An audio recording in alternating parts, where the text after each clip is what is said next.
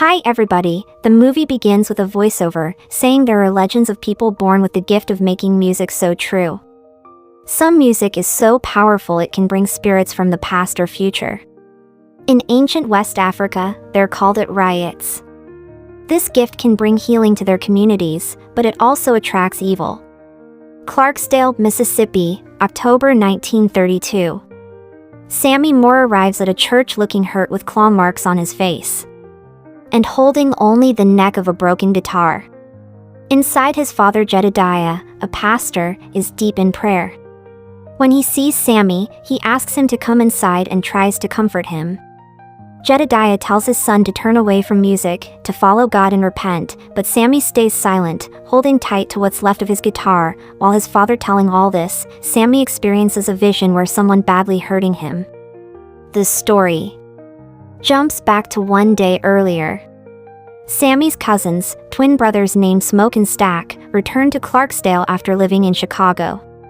They've stolen money from gangsters and are waiting for someone to arrive. Soon a car pulls up and a man named Hogwood, a former Klansman, and steps out. He takes them to an old sawmill, the place Smoke and Stack plan to buy and turn into a juke joint for the black community. They give Hogwood a bag of and warn him if he or any of his clan friends come near again, they'll be killed. The twins go to pick up Sammy, and together they head to a hidden spot by the roadside where they've stashed a truck full of alcohol meant for the big opening party at the sawmill. Suddenly a snake slithers out, but Smoke kills it fast. After checking the truck, Smoke says they should wait and open the juke joint next weekend, but Stack insists it has to be tonight. Smoke agrees, but says they'll need to split up. Someone has to guard the truck, so Smoke stays behind while Stack and Sammy head off to set up the juke joint. Smoke starts the truck and drives into town to meet some friends. When he gets there, he spots a little girl and asks her to keep an eye on the truck. He tells her, if anyone comes near and stays too long, just honk the horn. He'll pay her 10 cents for every minute. She agrees, and he heads inside. Inside, he meets his old friend Bo Chow and his daughter Lisa. Smoke asks for help with a sign and other things needed for the sawmill's opening night, but suddenly the girl blasts the horn. Smoke runs outside and sees two men trying to steal the truck full of alcohol without hesitating. He shoots one in the back and the other in the leg to show he's serious. One of the men recognizes him and quickly apologizes, saying he didn't know it was Smoke's truck, but Smoke shoots him again. The people in town watch, but they don't panic. They know the twin brothers and respect them. Smoke walks back inside and gives Bo Chow some money to handle the men he just shot. Then he says he needs someone to make a sign for the sawmill. Bo calls out to his wife, Grace, and she agrees to do it. Smoke hands her $14 for the job. Meanwhile, Stack brings along Sammy, who dreams of being a blues musician.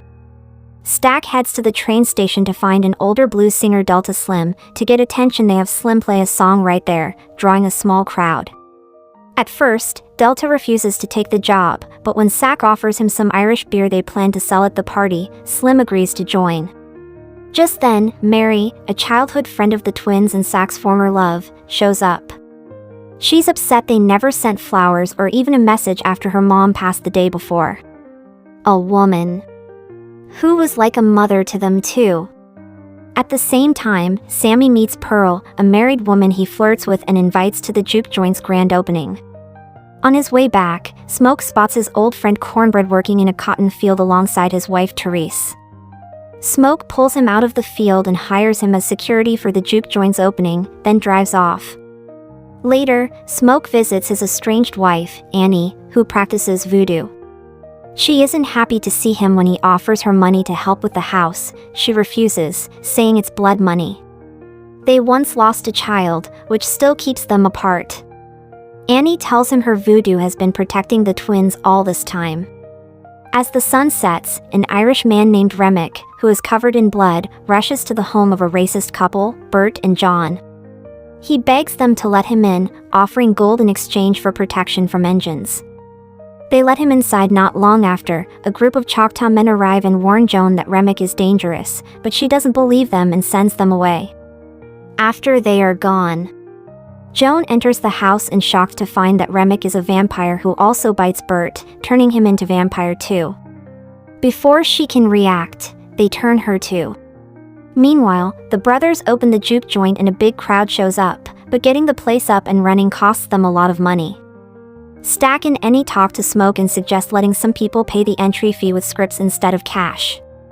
Mary is also let in the opening without paying because she is Black Mother's daughter.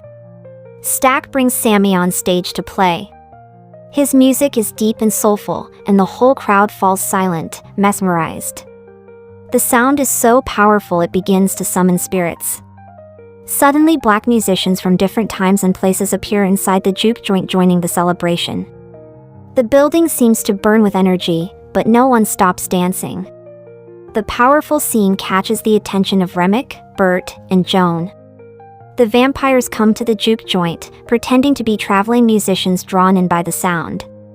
They play a bit of music, trying to win their way inside, but Smoke senses something off and refuses to let them in even when they offer to pay, but he still refuses. As they are about to leave, Mary steps in to talk to them, knowing the brothers need the money. They hand her gold money, but then Remick's eyes flash red and he starts drooling, realizing something's wrong. She pulls out her gun and turns to leave, but Remick suddenly flies at her, turning her into vampire too. At the same time, Cornbread steps outside to relieve himself, leaving Slim in charge of security. Bert and Joan distract Cornbread by mocking him and lead him away. Meanwhile, inside the juke joint, Sammy sneaks off with Perling. He starts pleasing her in a private room, unaware that Smoke and Grace notice what's happening. Mary is let back into the juke joint. At first she tries to seduce Smoke, but then turns her attention back to Stack. The two head into a room and start having romance. Meanwhile, trouble brews on the floor. One patron slashes another across the face with a razor after getting caught using loaded dice. Smoke steps in to handle it and tells Sammy to go get Stack, but Sammy feels too awkward to interrupt, so he hesitates. Smoke ends up going himself and walks in on a horrifying scene. Mary is biting into Stack's neck. Shocked, Smoke pulls out his guns and empties them into her, but she doesn't die. Instead, she stands up furious and promises to kill everyone before vanishing into the night. Smoke rushes to help Stack, but it's too late. He dies. Smoke and Slim quickly clear out the juke joint, sending all the guests home. Only a few remain inside. Smoke, Sammy, Annie, Slim, Pearl, and Grace. Just after the doors close, Cornbread shows up and demands to be let in. Annie senses something is off and tells him to leave the place. Cornbread then demands his wages, and when Smoke reaches his hand to give Cornbread, now a vampire, to lunge at him, biting in his arm. Smoke reacts fast and shoots him in the face, forcing him to flee. Annie now tells them that they're dealing with vampires. Things get worse when Stack, who had died earlier, suddenly reawakens as a vampire. At first he pretends to be fine and asks Smoke to open the closet door. Smoke goes to find a key to unlock the door, but Stack explodes out of a closet, but Annie splashes pickled garlic juice in his face, sending him running from the building. Meanwhile, the vampires outside start singing and dance, turning the rest of the guests, including Beau, into bloodthirsty monsters. A growing horde of vampires gathers outside the juke joint, leading them as Remick along with Mary, Stack, Bert, and John. Remick steps forward and reveals the truth. The brothers were set up by Hogwood, the Grand Dragon of the KKK. Hogwood had planned to send Bert and other clansmen to kill the twins and everyone at the juke joint. That confirms the story, saying he saw the memories himself after turning, but Remick says he doesn't share the clan's racist beliefs. What he really wants is Sammy. He believes Sammy's music has the power to summon the spirits of Remick's long-lost people. Remick then offers the group a deal: become vampires, live forever, and escape the pain of racism and death. But when they refuse, they threaten to kill Grace and Beau's daughter Lisa, realizing there is no way to escape. The survivors prepare for battle, gather stakes, loading guns, and hanging garlic. Grace boldly yells at the vampires to come inside. She charges at her vampirized husband Bo with a stake, setting both of them on fire in a blazing sacrifice. Slim cuts his own arm to lure a group of vampires away, drawing them into a trap. Meanwhile, Pearl is fatally wounded right in front of Sammy, leaving him devastated. The others fight fiercely, staking and blowing up the vampires one by one. Annie is bitten during a chaos. Knowing what's coming, she asks Smoke to her before she turns with a heavy heart. He does it, watching from a distance. Stack and Mary feel a flicker of humanity return as they react with grief and horror at Annie's death.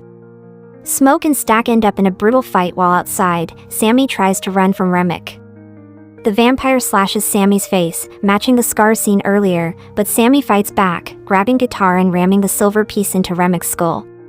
Just then, Smoke appears and drives a stake through Remick's chest. As the sun rises, Remick erupts in flames. And the rest of the vampires follow, burning to ashes with him, knowing the clan is on their way. Smoke tells Sammy to run and save himself. Then he loads up with weapons and hides, waiting as the clansmen roll in, starts shooting at them and killing. He even throws grenade to the vehicle to kill the man. During the shootout, he also gets shot in the gut, but he does not stop. He kills the rest one after another. Finally, it's just Hogwood left. He begs for his life and offers money, but Smoke kills him too. As Smoke lies dying, he sees Annie's spirit and spirit of their lost child. Meanwhile, Sammy returns to the church. His father begs him to give up music, but Sammy refuses. He drives north with the guitar still in his hand. During the credits, we see Sammy in 1992, now an old blues musician, still playing. After his show, Stack and Mary appear looking the same as they did decades ago. They smile and hug him. Stack says Smoke didn't kill him that night. He told him to stay away and protect Sammy from the shadows. Stack knows Sammy's time is almost up. He offers to turn him into a vampire, so he can live longer and keep making music, but Sammy gently refuses. He says he's seen enough and when his time comes, he's ready. Sammy picks up his guitar and plays one final song for his old friends. Before they leave, he admits he still has nightmares from that night, but also says before the sun went down, that day was the best of his life. Stack nods. It was the last time he saw his brother, the last time he saw the sun, and the last time he truly felt free. In this way, movie ends here. Thanks for watching. Like and subscribe for more interesting movie recaps.